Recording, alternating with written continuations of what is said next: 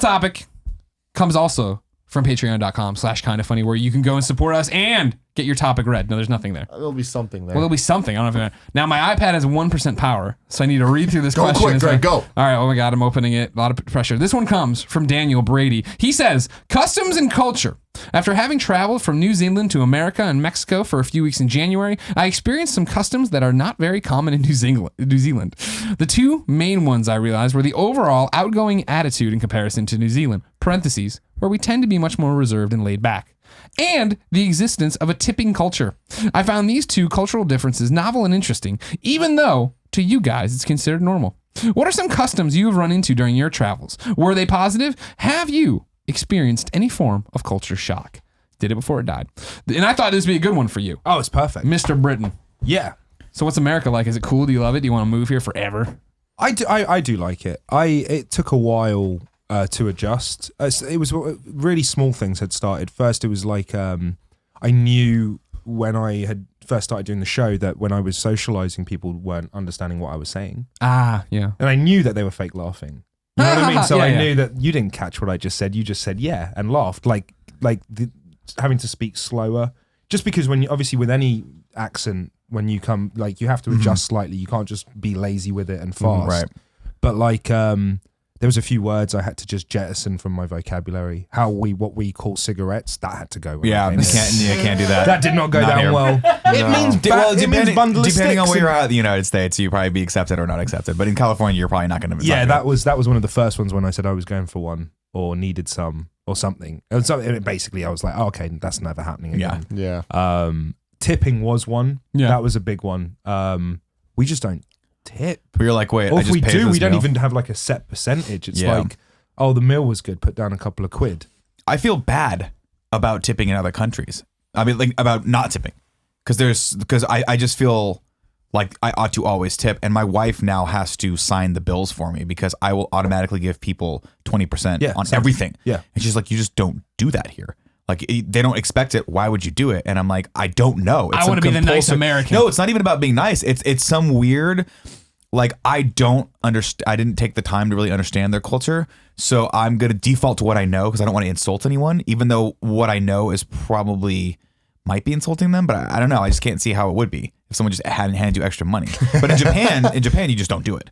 Yeah. Like, they won't, that's like an insult to them. I love in Japan the tray, where they don't want the money never goes hand to hand, right? You take the money and you put it in the tray, and then they take it out of the tray. Very And then they'll respectful. if they have change, they'll come and they'll put the change in the tray, and then you take the change out of the tray. Wait, anytime if I'm not mistaken, but when they hand you things, it's always with two hands, Yeah, right? exactly. But even when they're presenting it into the tray, or they pick up the tray for you to take it, it's always two See, hands. because I've always, even in the UK, I never carry cash. I never have. Like, we had, like, the banking here is really different to the banking back home. It's real simple. We've had that tap for ages. Okay. Oh, really? Chip and pin. We never have to sign for anything. So we've always been like, when I came over here, swiping, signing, all of the banking stuff felt really backwards to a certain degree for me and a bit incompatible.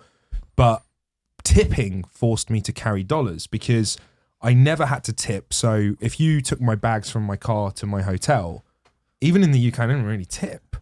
And now, after a year, I've had to learn everywhere I go, do we have enough cash just to palm in someone's hand? Like the palming in the hand thing, I'm still... Yeah, I'm still not really quite. I mean, when I'm if in you're Vegas, a valet and you got my car, I'm supposed to... Yeah, with that maybe. But that's the weird thing. It's like, why do we have to do that? I don't they did it understand. for you. Yeah, I feel like I'm not tipping for a lot of things I should be. You're probably That's not. how I feel. Like, I tip for food constantly. Sure. Of course. That's normal. I don't Haircuts. know. Where you come down to haircuts? Oh, haircuts I tip because, but that's something I grew up, you did that. See, That's I didn't. part of the We grew up process. going to Wayne's, obviously. Wheaton, Illinois. What up, Wayne? And, Dad would give him like $2. He had two haircuts. And I remember when I told Jim Riley that. And Jim Riley, who's like, eats at McDonald's every day. And I was like, oh, no. You got to tip more than that for a haircut. And ever since then, I've tipped more. Because I was like, I'm behind the times on this. I got a good haircut. They gave me a head massage. It's turning into, like, my experience with this is it's turning into like Robert De Niro and Goodfellas. Yeah. You know, that entrance where yeah. everyone's getting something in the pocket, and the more and more I'm seeing it, the more I'm feeling like bad that I haven't been doing it. Like we get up in Vancouver, the clubs look after us. You know, we go out a lot in the evenings because it's what we do, and if they let us through ahead of the line, like I saw one of our crew just be like, "Thank you so much," and then there's an exchange of tip, and I realized for a year I haven't even been doing that. I've been going, "Thanks for all the VIP service and great things." giving you nothing. So it's like now I'm just getting to a point where I think I have to do it for everything. Like I should really, like, for having me here, I feel bad. I should be like, You should probably tip us. Patreon.com/ kind of funny. Yeah. Well, I mean, when you in the club thing, that sounds a little crazy though, because you guys are celebrities, and club owners generally would want that vibe of like, hey, there's celebrities here, so other people want to come to it. So I can understand not having to tip for that, because there is that quid pro quo of you are using your celebrity, and we're going to obviously promote the fact, or it's going to be word of mouth promoted that you guys go there often. But I think that's different though, because it's still the people you're tipping. You're not tipping the establishment, you know? Sure, but most people who are at doors for things would recognize people. Like, that's their job, right? Their job is to get people of a certain like level of esteem or looks inside of a club, so that when people get there, they create that sort of like fear of missing out, right? Like, oh my God, we just saw the entire cast of iZombie walk in there. That's awesome. We have to be in there now. People's texting, tweeting, whatever. Now this club's hot. I mean, that's theoretically how it's supposed to work. That's why they pay Kim Kardashian like $500,000 to show up for like 5 seconds to a club, and then she goes away. I'm not saying you do that on purpose. I'm just saying that. But like, I guess like it still hasn't sat well. Like that whole the term celebrity or the term like anything that, because I am on TV. Yeah, I am on a show right now. So, you know, if I go to a certain place or something like that, like especially in Vancouver, because they know we're there, yeah, we are jumping the line. We are, okay. And you could argue, well, yeah, they want you inside because you can tweet about it, or people see you and go, oh, this is the place to be, because if people on TV are going there. But it still feels a bit dirty. I don't know. Sure. But it's not, you're not doing it. You're not doing it. I mean, as long as you're not capitalizing off it. I think I will. I think what's going to happen is, and it's only human, like when enough people spoil you, you start, and that it hasn't happened yet, but I can see it with with people who've been around for a long time. You start expecting it, and you get the short temper. Like it's starting, and it's like how it's almost unavoidable, because now I've noticed if we are going out and we see a line that might only be 5-6 people deep, and in London I would wait half an hour to 45 minutes to get in somewhere. Now it's like we're not going there because we have to line up, and you can feel that change happening where you're starting to, if it's not, I don't know, if you're not getting special treatment and you're used to it. But there's also something to be said for like, and I can see why that would be a weird area for you, because there's something also to be said for like, what is it a good look if you are waiting in line? You being not a, I mean, we're not going to use the name celebrity, we'll take celebrity out of it, but you are of a more elevated status probably on the nightclub scene in Vancouver than most people who go there because of what you do. Your career is cool. You're on TV. It's cool, right? So like, there might be a little bit of pressure, not necessarily for you, but maybe for some of your fellow castmates, to be like, I don't know if we want to be seen as like the 50th people in this line, because it's not, I don't know, maybe it doesn't add to the mystique of what it is to be a television actor. I don't know. I'm not putting words in your mouth. I was just thinking about it. I mean, it's such a wanky thing to try. Because I can't stand waiting in line. And I'm not near the celebrity that you are. And no one knows me, but if I see a line, I'm like, just on general principle, I'm not waiting that fucking line. The other week he swore off going to his local Starbucks. He said, I'll never come back here. The line was too fucking long.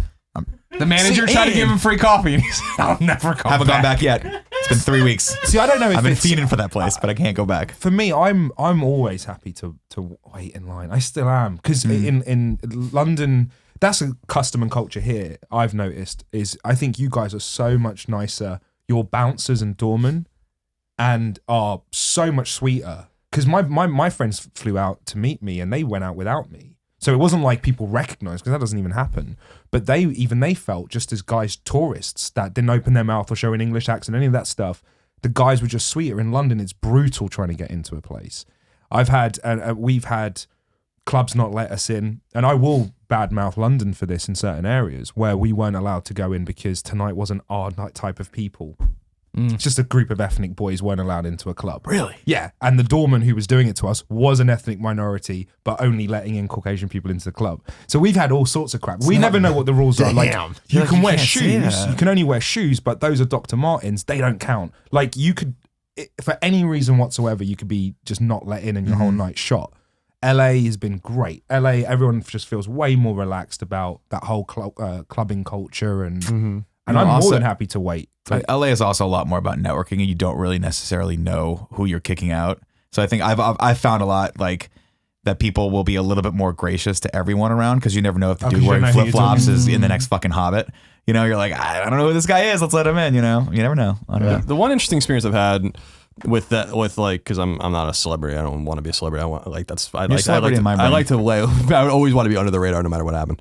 Is hanging out with someone I consider one of my very best friends, Eric Castro, who's owns a bar, Polite Provisions in San Diego. It's nominated for a James Beard Award, and he owns Boilermaker in New York City. So he's a high-end cocktail bar guy, and you guys know him if you listen to the show, or whatever. But I go out to eat with him all the time. Aaron and I go out with him and his wife, and it's so interesting watching the interplay between industry types in that world, and I just get to kind of benefit from it, just being his friend. And it's really interesting and quite fun, but also quite uncomfortable in the same sense, because I'm like when I go to Polite Provisions, like I try, but like no one lets me pay for anything. Like I go to Soda and Swine next door to a food, like Eric's just like, put it on my tab, like I don't know, like I just want to like pay you like for and you like be like go to the cabinet and pick out like whatever bourbon you want, and he's like, you want Pappy and like ancient age and all this like really rare bourbon, and I'm like, yeah, and I'm like, can I pay, or like, and nothing like that. But like in San Diego, just going down there to see Aaron all the time, we go to these crazy restaurants and get these crazy experiences, and it comes back to this point of tipping, because people just like, I went to one restaurant where they just kept giving us food and drinks, like, and it was because Eric will take care of them when they go to their bar, and it's just the way it works, whatever. It's kind of gets everyone kind of trying everyone's food and drinks or whatever, and it's a really cool and laid back vibe. But then we get the bill, and the bill is like $50. And then I leave like $150 tip. Yeah, you gotta do it because it's like it's insane. And so that's, I think, where tipping comes in too, and especially because there is no quid pro quo for me in that, because I am not in that industry. Like I can only speak with my dollars, but typically, I try not to put myself in situations where I have to tip. Like at a hotel, like don't touch my bags. Like I'm not having this interplay with you. Like if I'm in the bathroom, like I'll get my own towel. Like I don't like that uncomfortable shit where it's like I'm putting myself in, like they're inserting people where you feel bad that you have to tip them, and I'm like, I really don't need you to carry my bags to my room. I don't like, it's uncomfortable for me. I don't care how nice this hotel is. The guy in the bathroom always goes, yeah, that shit annoys us. That shit annoys me. But I will say this, because to Eric's point, because we've talked and gone back and forth and share articles about tipping and not tipping in some restaurants. Joe Bastianich, I think is his name, the guy that used to be on MasterChef or whatever, tried, I think, at his restaurants to get rid of tipping, and like they actually, I think, went back. I think it was him, because like there's a sticker shock to it, because if you're paying either way, like the person coming in is paying for those people, those waitresses and those waiters and that hostess and all that kind of stuff. But if you show them at the top what they're actually paying, if that steak goes from $40 to $55, there's like a sticker shock, as opposed to on the back end, you don't really think about it anymore. Right. And I will say this, having dined in many foreign countries, I guess now, or not many, but every foreign country I've ever been to, the service here is like superior to anywhere else. Like it's not even a fucking question. If you go to a high end restaurant, you are paying for what you get, and when there's an incentive to work, and you know that there could be a 25% or 30% tip instead of a 15% tip, and just based on whatever's happening, then I think that's great, because especially in Germany, I found the service to be atrocious, and Iceland, the service was atrocious, and that's because we're used to a different level, like a different pace of service in the States. I have to admit with Colin, I know service has beaten America, like in terms of restaurants and stuff like that. Nothing I've ever been to, even high-end restaurants in or fancy places in London or Paris, nothing compares to just general US service. Interesting. And the big, like, again, another big culture shock for me here was people asking me, was talking. Talking was a big one, because in London we don't talk, and I think New York has a similar vibe. I understand, talking to people from New York, there isn't a whole lot of interaction on the subway and stuff like that. But when you are like, again, Vancouver, I know that's obviously Canada, but in LA and stuff, walking into a restaurant being asked how your day was, and they're waiting for the response, because normally how are you is a greeting, and it isn't a question. It's just how you doing, and then get to the business. Whereas in America, that was one of the first things, was like, hey, how was your day? Oh, good. Yeah. You? And they'll tell you. And that was a big culture shock for me. Like, you guys really communicate. And the service is so much. And then when I went back home, everyone was just a piece of shit to me. I was like, whoa. Fuck this fucking service. Like, this is that was a big one for me. There was so much more interaction and friendliness. Whether it's genuine or fake, it doesn't. I mean, or there's monetary incentives is another thing. But that was a big change. Well, I get very, very, very, very angry when the service isn't good, especially when I know when there's because I used to serve food all throughout college and a little bit after, when I was getting my video career to where it's at right now, this illustrious career we have right now. Top of the in line. Greg's spare bedroom. But yeah, we were taught the steps of service, right? And you were supposed to actually, there was a lot of things you're supposed to do that I still don't see it in San Francisco a lot that often. I see it way more in LA. Like when you go out in LA, I think the restaurants there have it on lock. But a lot of these, like, Run me through the steps of service. well, you're supposed to be at the table within 15 seconds of them sitting down, at least to say hi. If you can't, How you if doing? you I'll be can't right do- back. I'll be right Go to back. the menu. Right. I'll bring some waters. Then you come back. You're supposed to take an order, tell them about the specials. Hand job. Give them a little couple. Brought you If some there's- jalapeno poppers. if there's just for two the hell guys of on it. the other side of you, you fucking ski pull them a little bit. Ski pull. Slalom. Then you take their order. But there's an attentiveness that you're supposed to get, right? You're supposed to feel special when you go out to a meal. And there have been certain instances where I go to very, very, very popular restaurants in San Francisco where I feel like I'm putting them out for coming in. Where the service is like, oh, yeah, I'll get you something. And I'm like, well, this is a $300 meal I'm sitting down to, so put a little pep in the step. Little pep. But Maybe take the one button down from the fucking denim shirt that you're wearing, the all denim Dan look that you got, and go get me a fucking Diet Coke. And don't tell me you don't have Diet Coke. Don't tell me it's some weird sort of like crazy organic soda. Diet Dude, Coke. we were I in thought- fucking Austin just a second You got ago. hot. You were I like, ordered "Fuck." a Coke. And they come back with some goddamn bullshit. It's like, it tastes like apple pie. I'm To like, be I didn't fair, order it was fucking apple to be pie fair, it was soda. really It fucking was good. disgusting. It was so good. Was it that main root stuff or No, whatever? it was even No, worse than that. they make their this own. place we went to. Psh, What place? I liked it a lot. What is it It's like about Daidu or some food? shit. What It's is called it Daidu, about it was food really that good. turns people into assholes? And I've always felt like this because I've worked in retail all my life before iZombie, and I always stayed away from food service as a job just because coffee shops, if you fuck up an order, as opposed to I sold you the wrong game and need to do a return. Whenever you're messing with someone's food, they just turn ravenous, or the patience is just cut Sure. by half. And it always intimidated me. And I see it now. It's like you said with the Coke, it's like, hey, if I ordered a Coke and it comes back as a 7-Up, I mean, it's a quick fix. But there's a real kind of, I'm really put out with how you fucked my order up and have ruined my dinner.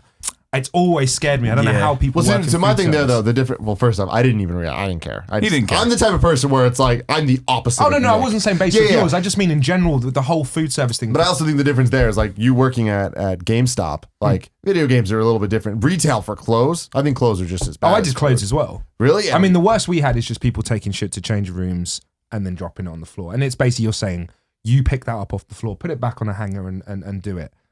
Yeah. It still was never food service. yeah. Like someone screwing up your McDonald's order. and It's stuff, because the way- I'm hungry when I go in for food Yeah. service. There you go. Your blood sugar's And low. It's I hangry. can't make the game. I can't make the clothes, but I could make the steak if I really wanted to. But I came out for a nice night and you fucked it up. Yeah. I do think that service, you're right. Service can be inconsistent. It's also the same way back home in New York. The service can be inconsistent, but restaurants that have great service, like we talk about Nopa a lot, which I still think is the best restaurant in San Francisco. Some people think the food isn't like astronomically good, but it's amazing. I think it's amazing food, but the service is like fucking through the roof good. Yeah. And like you're dealing with like 5 different people at a time. Like they'll just come, like everything's fine, everything's great, and I think that says a lot to the American culture of tipping. Although I do think that other countries have, like I've always given a lot of respect to Japan. The times I've gone to Japan, like I have a great, deep respect for that place. Just in a way, they're honor based. The culture is very kind and considerate. There's like they engender a sort of, there's no violent crime in Japan. There's no litter in Japan. There's no like, it's just weird coming from the United States where it's like we have a significant violence problem here. We have a significant pollution problem in the United States. We have a lack of respect for everything around People us. fucking putting bags of dog shit in people's cars. Exactly. It's ridiculous. You can like Maybe warranted, maybe not warranted. We don't know. We're gonna get to the bottom of that. to me, Japan is like a place like we can learn a lot from in terms of honor. I remember the very first time I went there, exchanged money for yen, and I remember I was with our friend Darren Brazil, and I remember the guy handing me my money on his tray and like handed it to me or whatever, and got up and bowed, and then sat back down in his chair, and I was like, and I bowed back, and I'm like, it seemed a little unnecessary, but I appreciate it. And then I started showing you what's up. And then I started noticing, like when I'm in the hotel lobby, like just dicking around, and in my times in Japan or whatever, like people, old friends seeing each other, meeting in Tokyo, whatever, bowing, deeper is like a sign of respect for 10, 15 seconds sometimes, as they're like so ecstatic to see each other. And how like the janitor has the same respect of a CEO, how like there's like a lot of real, Japan's economy is inefficient and stagnant. They give people what they call window facing jobs, like, which means when you get old or useless, they just basically throw you away, but they won't fire you. You know, like, so they have like this weird corporate structure that like holds them back. There's a lost generation of youth there because of it and stuff. There's definitely things that aren't working in Japan, but like the facade of it is like very welcoming, even though you can't talk to anyone, even though you can't understand. Like, there are a lot of people don't speak English there. It's definitely a place with a lot. You have to kind of know what's going on. And I don't know. I always really respected the shit out of that. How you can walk into a ramen restaurant, no one can speak to you. You just point. They're fine with that. You exchange your money. You sit down. No one's looking at you sideways. No one's like being weird to you. Like, I don't know. It's I don't know. I will, like, I've gone to Europe and it's in an interesting place and I like it, but it's the United States. I was going to ask you if you guys have obviously been to London through through work and stuff. What did you guys find? How did you find London? Never been to London, Never unfortunately. been to London. Nope. I drove through it for a flight. They put me. Yeah, I it's want to the go. one It's place one I of the haven't places been. I really want to go. So I don't have any opinion of it. No way. It's honestly my number one place. Christina and I talk about it all the time that we want to get there. We just haven't gotten there. We're, as a company, we have to, and I've said this before, we have such a significant British fan base that it's imperative that we get to London. More than almost most places in the United States. Like, we can touch New York as many times as we want. We get around the US. Yeah, like, it's just like, we really should probably go to Western Europe. You know, like, we have a significant, just looking at our Patreon numbers and looking at our data, we have a lot of people in Europe. And like thousands and thousands, tens of thousands of people, like just in London alone, like, and the surrounding areas, nonetheless, if they want to come over from France and Belgium, and we can do something in London. We got to go to Nando's. You haven't done Nando's? No, I know the song. There's one in Washington. The service is going to be interesting for you guys. There's Yeah, no see, waiters. There's no waiters. No waiters at not- Nando's? What do they do? It's like McDonald's but fancy. Okay. Oh, so you just order at a counter? You order at the Wait, counter. whoa. What? Now, the Cheeky Nando's music video has a waitress that comes over and asks, have you been to Nando's before? Yeah. To which he responds is, are you boff? Something like that. Are you buff? Are you Mad Men? No. Boff. I'll have to I haven't think seen that the was cheeky Nando's. Oh my God. But well, no, We'll you show have that. you have someone who shows you to your seat. Okay. It's the weirdest thing. So like you walk into Nando's and they go, how many's at your table? With 2, 3, whatever. They'll take you to your table. You sit down, look at a menu, but you get back up and you go over and you order at the counter. And then they bring you sit back down. Okay. They bring That's the weird. food to you. It's all paid for. Then someone will come over and ask if everything's all right. They don't do anything. They'll just go, you go, yeah. And then they leave. And that's Nando's. Like, there's no service. But then, again, tipping's weird because they're still doing a waiter job, but you're already paying before the service. That's like Sizzler here. I was gonna Sizzler's say, fucking weird. it sounds like Scissor. I don't like that shit. And then Carl's Jr. is somewhere weird in the middle where Don't it's talk like, shit about Carl's Jr. well, Carl's It's the best. Jr. Carl's it's- Jr.'s McDonald's. except they bring the food to They you. do bring the food to you. Oh, do It's they? the only fast food place that love they it. bring the food to your table. They give It's you a little respect. number and you put it there. Interesting. It's weird. Okay. I ain't tipping them though. Yeah, no. You're not supposed to. I've tipped at McDonald's. Really? What'd they do with it? Were they just like, I fucking love sir? McDonald's. I'm so happy when I get there. I'm You're like, always you know like, what? Fuck yeah, it. if I get everything I want and quick, I'm like, yeah, here's an extra $5. Have you been man. to? Have you seen the new McDonald's? What they're doing now? No. We walked into the one over in Stonestown, and you walk in and it's just screens. Oh yeah, they And have you're that like, in, this in is Vancouver. fucking weird. And I was like, at first I'm like, this is a you weird don't layout. talk This is to what the anyone? $15 minimum wage is going to get you, by the way, at all these places. No, so there's Just still a throwing that counter if you want to political go tidbit out there. order, but it's weird. You walk in and we were like, I don't know where to go. It looks like you just like, it's like you're facing a wall and you look over and there's a bunch of like touch screens that you can go order off of. And then if you keep walking on the other side of the wall, there's like 4 registers and it's the standard service. Jack in the Box has been doing that for years. Have they? Yeah, and it's the cool thing about it is that it allows you to customize in a way that you didn't even know was fucking possible before. Like, I'm never going to be the asshole standing at the counter being like, "Hey, I'm not Nick. I'm that asshole. Can I take this thing off? Can I add 3 of these things? Can I do whatever?" But when you're at a touch screen and it's it allows literally, you to just- it gives you options like, "Oh, I didn't know I can get Big Mac sauce on anything. I didn't know that I could just simply do this, and I would never ask And for you it." can't give a bunch of gamers a screen with customizable No, options. no, they're We're gonna all just sit RPG there. jumpers. They're making loadouts. They're just like, Ladies and gentlemen, this has been the Game Over Greggy Show. Each and every week, 4, sometimes 5 best friends gather on this table. Each bring a random topic discussion for your amusement. If you like that, head over to patreon.com/kindafunny where you can toss us a few bucks, get every episode early, get a bunch of cool perks, get exclusives, and see Kevin naked. We need to post a naked photo of you. Kevin, If you I'll don't take have it. any money to toss, you can, of course, go to youtube.com/kindafunny where the entire show, post topic by topic, day by day, until it's up, is one big free MP3 and video. Raul. Fuck this CW show. Stay here. I want it. I'll do it. This is Done. great. iZombie lost me. Thank you for having me, guys. Honestly, it was an Your absolute Twitter's been pleasure. up Thank you. nonstop. Everybody tweet at whoever we said to tweet at about Star Wars. When Did we choose? I don't think we No, chose. make well, we got to you- do that afterwards. That's something we got to Figure it out. We That's got to probably figure me, out. Kathleen Kennedy. And then, okay, Dave if she Filoni. has does she have a Twitter? You think? No, Probably let's not. get Dave Filoni. We'll Okay. do Rebels. Okay, cool. Voice for Rebels. Oh, okay. Yeah. I like that. Fuck it. Did I miss a Yeah, We're just gonna throw it in there somewhere. somewhere. Cool. We'll figure it out. Don't worry about first it. topic? And then when can people watch iZombie? Our finale is on at Tuesday, starting a little earlier. It's a 2-hour special on the CW. So the upcoming Tuesday. Yeah, this is our 2-episode finale. So last week you could have you watched could have watched it last week. Damn But we're it. still on Netflix. Hey, there you go. So, Netflix is yeah. easy. You buy the Blu-rays and stuff. Or do your illegal stuff that I know everyone does. Don't do that. That's Because great. we don't air in London, and I know we got London fans. So how are you lot watching it? How are you? Yeah, that's my Watch it. royalties there. Fuck. Until next time, it's been our pleasure to serve you.